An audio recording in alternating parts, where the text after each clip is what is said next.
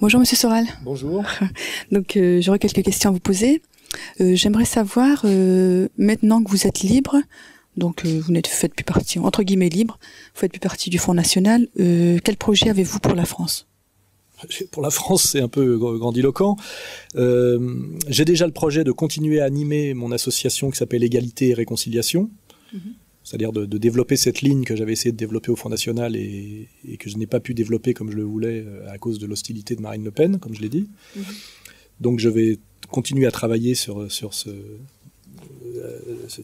s'appelle un club en fait, au sens club révolutionnaire d'ailleurs, hein, pas club, pas boîte de nuit. Je vais continuer à travailler à développer Égalité et Réconciliation, avec là toute la liberté, puisque c'est moi le patron, donc je ne serai pas entravé. Je vais aussi essayer de pousser le petit journal auquel je collabore qui s'appelle Flash, parce que c'est bien d'avoir un club de réflexion, un petit média indépendant pour faire passer nos idées. Et nous réfléchissons avec Dieudonné à quelques projets qu'on pourrait développer en commun. Hein. Bon là, c'est très récent, donc j'en sais pas plus, quoi. Et plus là, généralement, essayer d'incarner l'insoumission française, hein, parce qu'il y a une tradition d'insoumission française. Voilà, dans une période où ça devient très très dur, hein, pour des raisons politiques, économiques. Voilà, donc nous essayons en fait, Dieudonné et moi et quelques autres, de sauver l'honneur. Je pense que grâce nous sera rendue dans 20 ou 30 ans, il n'y a pas de problème, j'ai aucun doute là-dessus. Et pour l'instant, on fait comme le Hamas à Gaza, le Hezbollah au Liban Sud, que j'étais d'ailleurs allé saluer personnellement, et je m'étais déplacé pour ça. Nous saluons partout les mouvements de résistance au nouvel ordre mondial. Alors justement, je voulais vous demander comment vous voyez-vous la résistance française pour demain ? Sur le plan individuel, il y a beaucoup de gens qui ont envie de révolter, de s'insurger contre une domination, un deux poids deux mesures, une laideur morale de plus en plus insupportable. Mais malheureusement, il n'y a pas beaucoup de structures d'organisation, parce que en fait, les anciennes structures d'organisation d'opposition sont passées sous contrôle de l'Empire. Et la dernière, selon mon analyse que je voyais, de structure que je voyais indépendante du système, c'était le Front National de Le Pen, père. Je me rends compte qu'avec la prise de pouvoir de Marine, ça va être aussi intégré au système. Donc en fait, nous sommes beaucoup de résistants au système sur le plan individuel, mais comme vous le savez, les individus non structurés, non organisés, ça pèse rien. 3 loups peuvent terroriser 3000 moutons. Vous voyez ce que je veux dire ? Voilà. Donc, je suis à la fois plein d'espoir, parce que beaucoup de gens aujourd'hui se lèvent contre la violence du nouvel ordre mondial sous toutes ses applications. C'est autant l'économie de Sarkozy que l'intervention à Gaza. Vous voyez, il y a toutes les métaphores. Que la diabolisation demain de la Russie de Medvedev. Enfin, on voit très bien qu'il faut avoir une compréhension globale de ce qu'est ce que j'appelle moi l'Empire. Donc il y a beaucoup de gens aujourd'hui qui ont envie de se révolter contre l'Empire parce que l'Empire les fait souffrir, et il faudrait fédérer tout ça, voilà, et fédérer avec des nouveaux mouvements, faire du neuf, parce que les vieilles structures, et notamment le NPA, là, me paraissent totalement inadéquates pour mener ces combats, et c'est même le pire piège, parce que Besancenot a effectivement beaucoup de technique et beaucoup de charme, c'est évident, mais je pense qu'il est là, il fait partie du système, hein, et il est là pour réintroduire dans le système et stériliser et annihiler la jeunesse en colère, vous voyez ? Et c'est pour ça que nous avons mené les actions que nous avons menées aussi. C'est pour que les gens voient dans les vidéos des types qui dépendent directement de lui et qui revendiquent, puisqu'il a revendiqué chez Ardisson l'agression, qui attaquent des femmes et des enfants musulmans dans des manifestations contre Gaza. Voilà. Et un des combats, c'est de dénoncer le double jeu des mouvements d'extrême gauche, qui n'ont pas toujours été dans le double jeu sans doute, mais qui le sont progressivement totalement devenus. Je pense, moi, que le rôle objectif de Sarkozy, c'est d'aider à la réélection de Besancenot, lapsus révélateur, c'est d'aider à la réélection de Sarkozy. Je pense que c'est un allié du MEDEF, parce que son discours immigrationniste est totalement le discours dont a besoin le libéralisme. Faisons tomber les frontières pour assurer la libre circulation des capitaux, des marchandises et des travailleurs. Vous voyez, cette analyse-là, je l'ai faite, elle est valide, elle est comprise par de plus en plus de gens.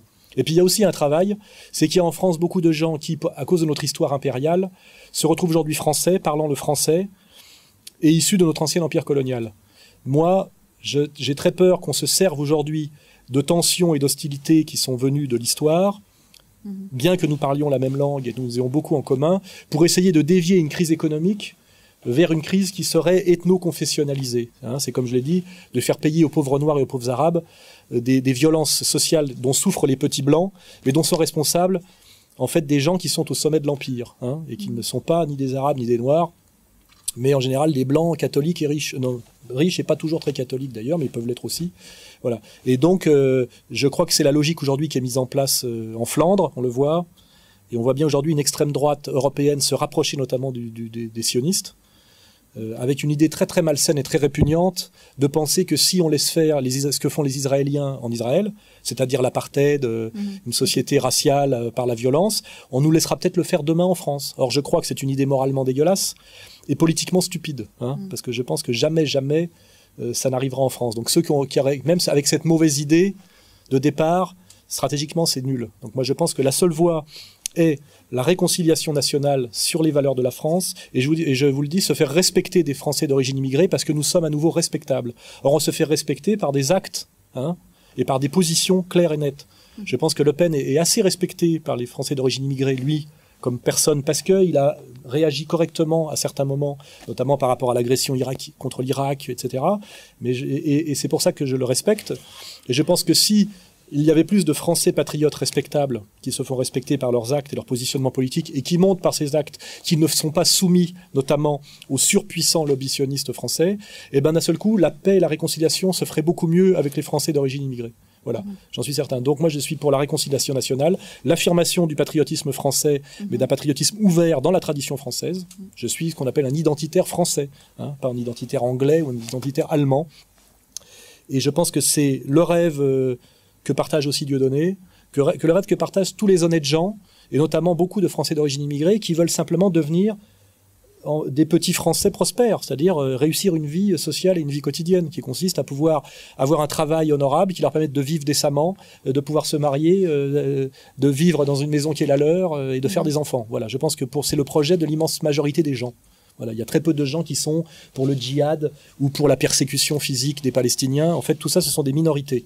Dans tous les camps, je pense que l'immense majorité des gens sont pour la paix et la fraternité. Et malheureusement, ce sont toujours des petites élites manipulatrices et belliqueuses qui, pour des intérêts qui ne sont pas l'intérêt de leur communauté, mais leur intérêt à eux, et je dis ça aussi pour les gens qu'on appelle en France la communauté juive, ces gens-là, malheureusement, sont manipulés, instrumentalisés pour aller dans des conflits en réalité, dans lesquels tout le monde a à perdre, sauf les petits manipulateurs qui se trouvent en haut et qui, eux, y échappent systématiquement. Hein, voilà. Donc, on est dans un message clair de réconciliation nationale, de paix, et je crois que, d'ailleurs, c'est, d'après les conversations que j'ai et les tas de gens que j'ai rencontrés en banlieue, etc., l'avis de tous les gens sérieux et raisonnable. Voilà. En réalité, il y a très peu d'excités. Voilà.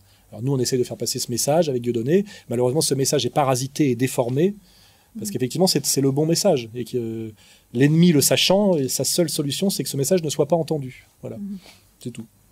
Donc, si vous pouvez le faire passer un peu, ça nous aidera. C'est ce qu'on va faire. Merci. Merci, Monsieur Soral. Je vous en prie.